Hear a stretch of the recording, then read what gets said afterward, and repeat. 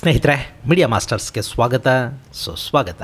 ಗೆಳೆಯರೆ, ನಿರೀಕ್ಷೆಯಂತೆ ಪಾಕಿಸ್ತಾನ ಹಾಗೂ ಆಫ್ಘನಿಸ್ತಾನದ ನಡುವೆ ಮತ್ತೊಂದು ಸುತ್ತಿನ ಉದ್ವಿಗ್ನತೆ ಶುರುವಾಗಿದೆ. ಭಾನುವಾರ ಪಾಕಿಸ್ತಾನ ಆಫ್ಘನಿಸ್ತಾನದ ಮೇಲೆ ನಡೆಸಿದ್ದ ದಾಳಿಗೆ ಪ್ರತೀಕಾರವಾಗಿ ಆಫ್ಘನಿಸ್ತಾನದ ಪಡೆಗಳು ಡ್ಯುರಾಂಡ್ ಲೈನ್ನಲ್ಲಿ ಗುರುವಾರ ಮಧ್ಯರಾತ್ರಿ ಮತ್ತು ಶುಕ್ರವಾರ ಬೆಳಗಿನ ಜಾವ ದಾಳಿಗಳನ್ನು ಮಾಡಿವೆ. ಈ ಸಂದರ್ಭದಲ್ಲಿ ಸುಮಾರು 55 ಮಂದಿ ಪಾಕಿಸ್ತಾನಿ ಸೈನಿಕರನ್ನ ಕೊಂದು ಹಾಕಿರುವುದಾಗಿ ಹೇಳಿಕೊಂಡಿರುವ ಆಫ್ಘನಿಸ್ತಾನ 2 ಸೇನಾ ಮುಖ್ಯ ಕಚೇರಿಗಳು ಮತ್ತು 19 ಸೇನಾ ಪೋಸ್ಟ್ಗಳನ್ನು ವಶಪಡಿಸಿಕೊಂಡಿರುವುದಾಗಿ ಹೇಳಿದೆ. ಹಾಗೆ 16 ಪಾಕಿಸ್ತಾನಿ ಸೈನಿಕರನ್ನು ಕೂಡ ತಮ್ಮ ವಶಕ್ಕೆ ತಗೊಂಡಿರುವುದಾಗಿ ಆಫ್ಘನಿಸ್ತಾನ ಹೇಳಿಕೊಂಡಿದೆ. ಇದರ ಬೆನ್ನಲ್ಲೇ ಪಾಕಿಸ್ತಾನದ ವಾಯುಪಡೆ ಆಫ್ಘನಿಸ್ತಾನದ ಒಂದಷ್ಟು ನಗರಗಳ ಮೇಲೆ ವಾಯುದಾಳಿ ಮಾಡಿರುವುದು ಕೂಡ ವರದಿಯಾಗ್ತಾ ಇದೆ. ಈ ಸಂದರ್ಭದಲ್ಲಿ ಪಾಕಿಸ್ತಾನದ ಫೈಟರ್ ಜೆಟ್ ಒಂದನ್ನ ನಾವು ಹೊಡೆದು ಹಾಕಿದ್ವಿ ಅಂತ ಆಫ್ಘನಿಸ್ತಾನ ಹೇಳ್ಕೊತಾ ಇದೆ. ಹಾಗಾದ್ರೆ ಪಾಕ್ ಆಫ್ಘನ್ ಗಡಿಯಲ್ಲಿ ಏನಾಗ್ತಾ ಇದೆ, ಬನ್ನಿ ನೋಡೋಣ.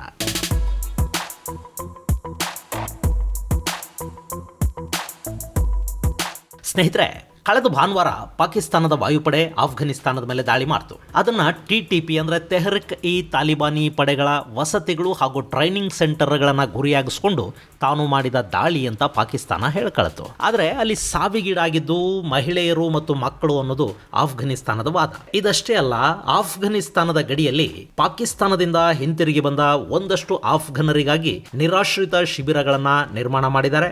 ಇತ್ತೀಚೆಗೆ ಆಫ್ಘನಿಸ್ತಾನದ ಜೊತೆಗಿನ ಸಂಬಂಧಗಳು ಹಾಳಾದ ನಂತರ ಪಾಕಿಸ್ತಾನ ತನ್ನಲ್ಲಿ ನೆಲೆಸಿದ್ದ ಆಫ್ಘನ್ ಪ್ರಜೆಗಳನ್ನು ನಿರ್ದಾಕ್ಷಿಣ್ಯವಾಗಿ ಹೊರಹಾಕ್ತಾ ಇದೆ. ಅವರ ಮನೆಗಳನ್ನು ಕೆಡವಿ ಅವರನ್ನು ಕೊರೆಯುವ ಚಳಿಯಲ್ಲಿ ಕೂಡ ಆಫ್ಘನ್ ಗಡಿಗಳ ಕಡೆಗೆ ಅಟ್ಟುವ ಕೆಲಸವನ್ನು ಪಾಕಿಸ್ತಾನ ಮಾಡಿತ್ತು. ಹೀಗೆ ಬಂದ ಆಫ್ಘನ್ ನಿರಾಶ್ರಿತರಿಗಾಗಿ ಆಫ್ಘನ್ ನೆಲದಲ್ಲಿ ತಾಲಿಬಾನ್ ಸರ್ಕಾರ ಒಂದಷ್ಟು ನಿರಾಶ್ರಿತ ಶಿಬಿರಗಳನ್ನು ನಿರ್ಮಾಣ ಮಾಡಿತು. ಪಾಕಿಸ್ತಾನ ತನ್ನ ಭಾನುವಾರದ ದಾಳಿಗಳಲ್ಲಿ ಆ ನಿರಾಶ್ರಿತ ಶಿಬಿರಗಳನ್ನು ಗುರಿಯಾಗಿಸಿಕೊಂಡು ಬಾಂಬಿಂಗ್ ಅನ್ನು ಮಾಡಿತು. ನಮ್ಮ ದಾಳಿಯಲ್ಲಿ 80 ಮಂದಿ ಉಗ್ರರನ್ನ ನಾವು ಹೊಡೆದುಕೊಂಡಿದ್ದೀವಿ ಅಂತ ಪಾಕಿಸ್ತಾನ ಹೇಳ್ಕೊಳ್ತು. ಆದರೆ ಅಲ್ಲಿ ಸಾವಿಗೀಡಾಗಿದ್ದು 18 ಜನ. ಅದರಲ್ಲಿ ಯಾರು ಉಗ್ರರಿಲ್ಲ, ಹೆಂಗಸರು ಮತ್ತು ಮಕ್ಕಳಿದ್ದಾರೆ. ಒಂದೇ ಕುಟುಂಬದ 10ಕ್ಕೂ ಹೆಚ್ಚು ಮಹಿಳೆಯರು ಮಕ್ಕಳು ಸಾವಿಗೀಡಾದರು ಅಂತ ಆಫ್ಘನಿಸ್ತಾನ ಹೇಳ್ತು. ಹಾಗೆ ಮಾನವ ಹಕ್ಕುಗಳ ಸಂಘಟನೆಗಳು ಕೂಡ ಅಲ್ಲಿ ಸಾವಿಗೀಡಾಗಿರುವುದು ನಾಗರಿಕರು, ಮಹಿಳೆಯರು ಮತ್ತು ಮಕ್ಕಳು ಅಂತ ಹೇಳಿದ್ವು. ಇನ್ನು ಅಲ್ಲಿನ ಮದರಸಾ ಒಂದರ ಮೇಲೆ ಪಾಕಿಸ್ತಾನ ವಾಯುದಾಳಿ ಮಾಡಿತು. ಅದರಲ್ಲಿ ಮಗುವೊಂದು ಸಾವಿಗೀಡಾದ ಸುದ್ದಿ ಬಂತು, ಹಲವರು ಗಾಯಗೊಂಡರು. ಇಲ್ಲಿ ದುರಂತ ಏನು ಅಂದ್ರೆ, ಗಾಜಾದ ಮೇಲೆ ಇಸ್ರೇಲ್ ದಾಳಿ ಮಾಡಿದ ಸಂದರ್ಭದಲ್ಲಿ ದೊಡ್ಡ ಮಟ್ಟದಲ್ಲಿ ಸದ್ದು ಮಾಡಿದ್ದು ಅವರು ನಿರಾಶ್ರಿತರ ಶಿಬಿರಗಳ ಮೇಲೆ ದಾಳಿ ಮಾಡ್ತಾ ಇದ್ದಾರೆ ಅನ್ನೋದು, ಮತ್ತು ಅದನ್ನು ಸಾಕಷ್ಟು ಅಂತಾರಾಷ್ಟ್ರೀಯ ಸಂಸ್ಥೆಗಳು ಖಂಡಿಸಿದ್ವು. ಒಂದಷ್ಟು ಜನ ಶೇವ್ ಪ್ಯಾಲೆಸ್ತೀನಿಗಳು ಆಲ್ ಐಸ್ ಆನ್ ಗಾಜಾ ಅಂತ ಬರ್ಕೊಂಡ್ರು, ಅದನ್ನ ವೈರಲ್ ಕೂಡ ಮಾಡಿದ್ರು. ಇಸ್ರೇಲ್ ವಿರುದ್ಧ ಇದ್ದ ಆ ಆಕ್ರೋಶ, ಅಲ್ಲಿನ ನಿರಾಶ್ರಿತರಿಗಾಗಿ ಹರಿದ ಕಂಬನಿ, ಯಾವುದು ಕೂಡ ಪಾಪ ಆಫ್ಘನ್ ನಿರಾಶ್ರಿತರಿಗಾಗಿ ಹರಿತಿಲ್ಲ. ಸೆಲೆಕ್ಟಿವ್ ಮಾನವೀಯತೆ ಅನ್ನೋದು ಇದನ್ನೇ ಇರಲಿ. ಇನ್ನು ಭಾನುವಾರದ ಪಾಕಿಸ್ತಾನದ ದಾಳಿ ಆಫ್ಘನಿಸ್ತಾನವನ್ನು ಕೆರಳಿಸ್ತು. ಅವರು ಇದಕ್ಕೆ ಪ್ರತೀಕಾರ ಹೇಳೋದಕ್ಕೆ ತಯಾರಿಗಳನ್ನು ಮಾಡ್ಕೊಳ್ತಾ ಹೋದ್ರು. ಗುರುವಾರ ರಾತ್ರಿ ಆರಂಭಗೊಂಡ ಪ್ರತೀಕಾರಾತ್ಮಕ ದಾಳಿಗಳು ಶುಕ್ರವಾರ ಬೆಳಗಿನ ಜಾವದವರೆಗೆ ನಡೆದವು. ಡ್ಯುರಾಂಡ್ ಲೈನಿನ ಹಲವಾರು ಕಡೆ ಆಫ್ಘನ್ ತಾಲಿಬಾನಿಗಳು ದಾಳಿ ಮಾಡಿದ್ರು. ಅದರಲ್ಲಿ 55 ಮಂದಿ ಪಾಕಿಸ್ತಾನಿ ಸೈನಿಕರನ್ನ ಕೊಂದಿರೋದಾಗಿ ಆಫ್ಘನಿಸ್ತಾನದ ಸೇನಾ ವಕ್ತಾರರ ಹೇಳಿಕೆ ತಿಳಿಸ್ತಾ ಇದೆ. ಹಾಗೆ 16 ಸೈನಿಕರನ್ನ ನಾವು ಬಂಧಿಸಿದೀವಿ ಅಂತ ಆಫ್ಘನಿಸ್ತಾನ ಹೇಳಿಕೊಂಡಿದೆ.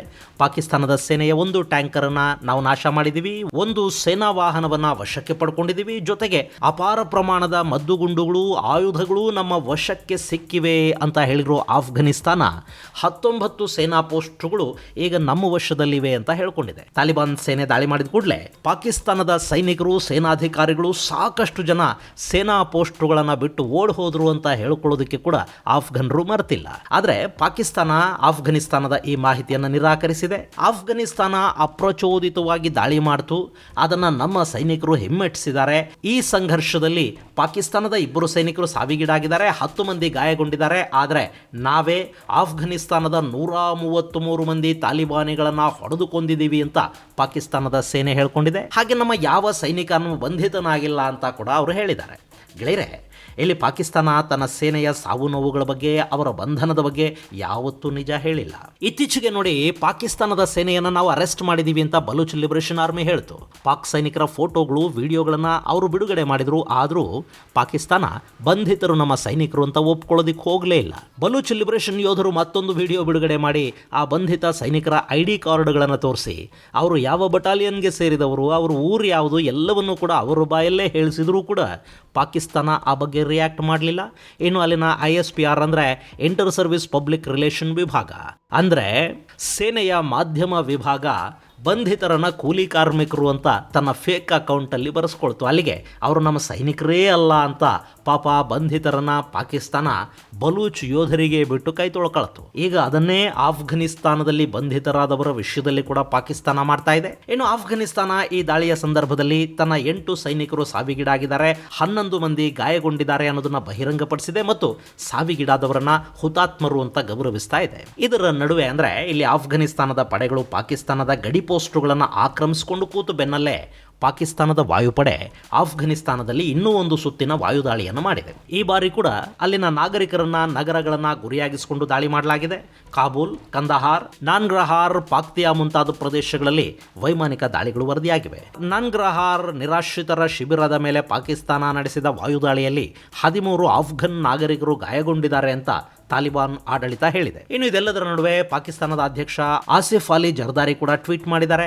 ಪಾಕಿಸ್ತಾನ ಶಾಂತಿ ಮತ್ತು ಪ್ರಾದೇಶಿಕ ಸಮಗ್ರತೆಯ ವಿಷಯದಲ್ಲಿ ರಾಜಿ ಮಾಡ್ಕೊಳ್ಳೋದಿಲ್ಲ. ನಮ್ಮ ಸಶಸ್ತ್ರ ಪಡೆಗಳು ನಿರ್ಣಯಾತ್ಮಕವಾಗಿ ಪ್ರತಿಕ್ರಿಯೆ ಕೊಡ್ತಾ ಇವೆ. ನಮ್ಮ ಶಾಂತಿಯನ್ನ ದೌರ್ಬಲ್ಯ ಅಂತ ಭಾವಿಸುವವರು ಬಲವಾದ ಪ್ರತಿಕ್ರಿಯೆಯನ್ನ ಎದುರಿಸಬೇಕಾಗುತ್ತೆ ಅಂತ ಆತ ಬರ್ಕೊಂಡಿದ್ದಾನೆ. ಹಾಗೆ ಪಾಕಿಸ್ತಾನದ ಸೇನೆ ಕಾಬೂಲ್ ಹಾಗೂ ಇನ್ನಿತರ ಕಡೆಗಳಲ್ಲಿ ಮಾಡಿದ ವೈಮಾನಿಕ ದಾಳಿಗಳ ವಿಡಿಯೋನ ಕೂಡ ಬಿಡುಗಡೆ ಮಾಡಿದೆ. ಪಾಕಿಸ್ತಾನದ ಮಾಹಿತಿ ಸಚಿವ ಅತಾವುಲ್ಲಾ ತರಾರ್, ನಾವು ಕಂದಹಾರ್, ಪಾಕ್ತಿಯಾ ಹಾಗೂ ಕಾಬೂಲ್ಗಳ ಮೇಲೆ ಮಾಡಿರೋ ವಾಯುದಾಳಿಯಲ್ಲಿ ಆಫ್ಘನಿಸ್ತಾನದ ಸೇನಾ ನೆಲೆಗಳನ್ನ, ಆಯುಧಾಗಾರಗಳನ್ನ ನಾಶ ಮಾಡಿದೀವಿ ಅಂತ ಪಾಕಿಸ್ತಾನದ ಟಿವಿಗೆ ಕೊಟ್ಟ ಹೇಳಿಕೆಯಲ್ಲಿ ತಿಳಿಸಿದ್ದಾನೆ. ಈ ತರಾರ್ ಯಾರು ಅಂದ್ರೆ ಆಪರೇಷನ್ ಸಿಂಧೂರ್ ಸಮಯದಲ್ಲಿ ಭಾರತದ ವಿರುದ್ಧ ಇನ್ಫಾರ್ಮೇಷನ್ ವಾರ್ ಮಾಡೋದಕ್ಕೆ, ಪ್ರೊಪಗಂಡಾ ಸುದ್ದಿಗಳನ್ನು ಹಬ್ಬಿಸೋದಕ್ಕೆ ನಾವೊಂದು ಮೀಡಿಯಾ ವಾರ್ ರೂಮ್ ಮಾಡ್ಕೊಂಡಿದ್ದೀವಿ ಅಂತ ಹೇಳಿದ್ನಲ್ಲ, ಅದೇ ಮನುಷ್ಯ. ಹೀಗಾಗಿ ಈತನ ಮಾತುಗಳನ್ನ ಎಷ್ಟು ನಂಬಬೇಕು ಗೊತ್ತಾಗ್ತಾ ಇಲ್ಲ. ಇನ್ನು ಪಾಕಿಸ್ತಾನ ವಾಯುದಾಳಿ ಮಾಡಿದ ಬೆನ್ನಲ್ಲೇ ಅವರ ಯುದ್ಧ ವಿಮಾನವೊಂದನ್ನ ನಾವು ಹೊಡೆದು ಕೆಡವಿದೀವಿ ಅಂತ ತಾಲಿಬಾನ್ ಹೇಳ್ಕೊಂಡಿದೆ. ಅದನ್ನ ಚೈನಾ ಹಾಗೂ ಪಾಕಿಸ್ತಾನಗಳು ಜಂಟಿಯಾಗಿ ನಿರ್ಮಾಣ ಮಾಡಿರುವ JF-17 ಅಂತ ಹೇಳ್ತಾ ಇದ್ದಾರೆ. ಹಾಗೆ ಅಲ್ಲಿನ ಫ್ರಾಂಟಿಯರ್ ಫೋರ್ಸ್ನ ಕ್ಯಾಪ್ಟನ್ ಒಬ್ಬನನ್ನ, ಅವನ ಇನ್ನುಳಿದ ಸೈನಿಕರ ಸಮೇತ ತಾಲಿಬಾನ್ ಪಡೆಗಳು ವಶಕ್ಕೆ ಪಡ್ಕೊಂಡಿವೆ. ಅವನು ತನ್ನ ಜೊತೆ ಯಾರ್ಯಾರಿದ್ರು, ಯಾರೆಲ್ಲ ಸಾವಿಗೀಡಾದರು ಮತ್ತು ತನ್ನ ಕಮಾಂಡರ್ ಹೇಗೆ ತಾಲಿಬಾನ್ ಪಡೆಗಳ ದಾಳಿಯ ಹಿನ್ನೆಲೆಯಲ್ಲಿ ಪೋಸ್ಟನ್ನೇ ಬಿಟ್ಟು ಓಡ್ ಹೋದ ಅನ್ನೋ ಮಾಹಿತಿಯನ್ನು ಕೂಡ ಹಂಚಿಕೊಂಡಿದ್ದಾನೆ. ಆ ವಿಡಿಯೋನ ಕೂಡ ತಾಲಿಬಾನ್ ರಿಲೀಸ್ ಮಾಡಿದೆ.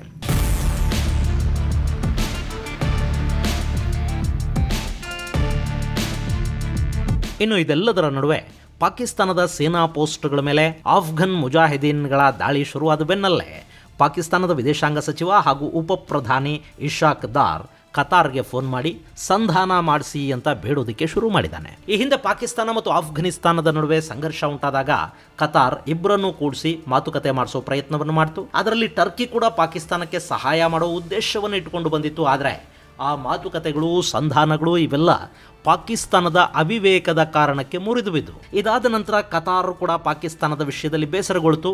ಏನು ಕತಾರ್ನ ಅಲ್ ಜಜೀರಾ ಮಾಧ್ಯಮ ಇದೆ ನೋಡಿ, ಅವರು ಪಾಕಿಸ್ತಾನದ ವಿರುದ್ಧ ಮಾತಾಡೋದಕ್ಕೆ ಶುರು ಮಾಡಿದರು.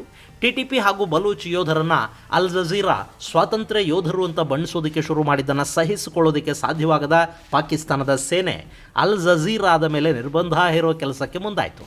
ಈಗ ಪಾಕಿಸ್ತಾನದ ಉಪ ಪ್ರಧಾನಿ ಮತ್ತೆ ಕತಾರ್ನ ಬಾಗಿಲು ತಟ್ಟೋದಕ್ಕೆ ಶುರು ಮಾಡಿದ್ದಾನೆ. ಇದು ಆಫ್ಘನ್ ದಾಳಿಯ ತೀವ್ರತೆಯನ್ನು ತೋರಿಸ್ತಾ ಇದೆ. ಈ ಮಧ್ಯೆ ಇಸ್ರೇಲಿನ ಕೆಲ ಟ್ವಿಟರ್ ಹ್ಯಾಂಡ್ಲರ್ಗಳು ಎರಡೂ ಕಡೆಯಿಂದ ಕೇಳಿ ಬರ್ತಾ ಇರೋ ವಾರ್ ಕ್ರೈ ಆಡಿಯೋನ ಪೋಸ್ಟ್ ಮಾಡಿದ್ದಾರೆ. ಎರಡೂ ಕಡೆಯ ಸೈನಿಕರು ಒಬ್ಬನೇ ದೇವರನ್ನ ಕಾಪಾಡೋದಕ್ಕೆ ಕರೀತಾ ಇದ್ದಾರೆ. ಆ ದೇವರೀಗ ಯಾರ ಪರ ವಹಿಸ್ತಾನೆ ಅನ್ನೋದು ಅವರ ಪ್ರಶ್ನೆ. ಗೆಳೆಯರೆ, ಜೋಕ್ಸ್ ಅಪಾರ್ಟ್, ಒಟ್ಟಾರೆ ಶಾಂತಿ, ಸಹಬಾಳ್ವೆ, ಸೌಹಾರ್ದತೆಯನ್ನು ಸಾರುವ ಪವಿತ್ರ ರಂಜಾನ್ ತಿಂಗಳಲ್ಲಿ ಅಮೆರಿಕ ಕೂಡ ಇರಾನ್ ಮೇಲೆ ಈಗ ದಾಳಿ ಮಾಡೋದು ಎಷ್ಟು ಸರಿ ಅಂತ ಯೋಚಿಸ್ತಾ ಇರೋ ಸಂದರ್ಭದಲ್ಲಿ 2 ಇಸ್ಲಾಮಿಕ್ ದೇಶಗಳು ಯುದ್ಧಕ್ಕೆ ನಿಂತು ರೋಜಾ ಮುಗಿಸಿದ ಕೂಡಲೇ ಪರಸ್ಪರ ದಾಳಿ ಮಾಡ್ಕೊಳ್ತಾ ಇರೋದಿದೆಯಲ್ಲ, ಇದು ತುಂಬ ಒಳ್ಳೆಯ ಬೆಳವಣಿಗೆ ಅಂತ ಅನ್ನಿಸ್ತಾ ಇಲ್ಲ. ಇನ್ನು ಆಫ್ಘನಿಸ್ತಾನದ ಮೇಲೆ ಪಾಕಿಸ್ತಾನ ಕಳೆದ ಭಾನುವಾರ ಮಾಡಿದ ದಾಳಿಯನ್ನು ಭಾರತ ತೀವ್ರವಾಗಿ ಖಂಡಿಸಿತ್ತು. ಆದರೆ ಅಮೆರಿಕ ಆ ದಾಳಿಯನ್ನು ಭಯೋತ್ಪಾದಕರ ವಿರುದ್ಧದ ದಾಳಿ ಅಂತ ಹೇಳಿತ್ತು. ಇದನ್ನು ನೋಡ್ತಾ ಇದ್ದರೆ ಅಮೆರಿಕಾನೇ ರಂಜಾನ್ ತಿಂಗಳಲ್ಲಿ ಪಾಕಿಸ್ತಾನವನ್ನು ಆಫ್ಘನಿಸ್ತಾನದ ವಿರುದ್ಧ ಛೂ ಬಿಟ್ಟಿದೆಯಾ ಅಂತ ಕೂಡ ಅನ್ನಿಸದೇ ಇರೋದಿಲ್ಲ. ರಂಜಾನ್ ಮಾಸದಲ್ಲಿ 2 ಇಸ್ಲಾಮಿಕ್ ದೇಶಗಳೇ ಕಾದಾಡಿದ ಮೇಲೆ ಇರಾನ್ ಮೇಲೆ ದಾಳಿ ಮಾಡೋದಕ್ಕೆ ಅಮೆರಿಕಾಗಿ ನ್ಯಾವ ಅಡ್ಡಿ ಇರುತ್ತೆ ಏನೋಪ್ಪ. ಅಂತೂ ಪಾಕಿಸ್ತಾನದ ಪಶ್ಚಿಮ ಗಡಿಗಳಂತೂ ಬೆಂಕಿ ಆಗ್ತಾ ಇವೆ. ದಾಯಾದಿ ಕಲಹ ಅದು ಬೇಗ ಮುಗಿಯೋ ಥರದ್ದಲ್ಲ. ಇದು ಗೆಳೆಯರೆ ಆಫ್ಘನ್ ಪಾಕಿಸ್ತಾನದ ಸಂಘರ್ಷದ ಕುರಿತಾದ ಒಂದಷ್ಟು ಮಾಹಿತಿ. ಮುಂದಿನ ಸಂಚಿಕೆಯಲ್ಲಿ ಮತ್ತಷ್ಟು ವಿಶೇಷಗಳ ಜೊತೆ ಮತ್ತೆ ಭೇಟಿಯಾಗೋಣ. ಅಲ್ಲಿವರೆಗೆ ಜೈ ಹಿಂದ್, ಜೈ ಕರ್ನಾಟಕ.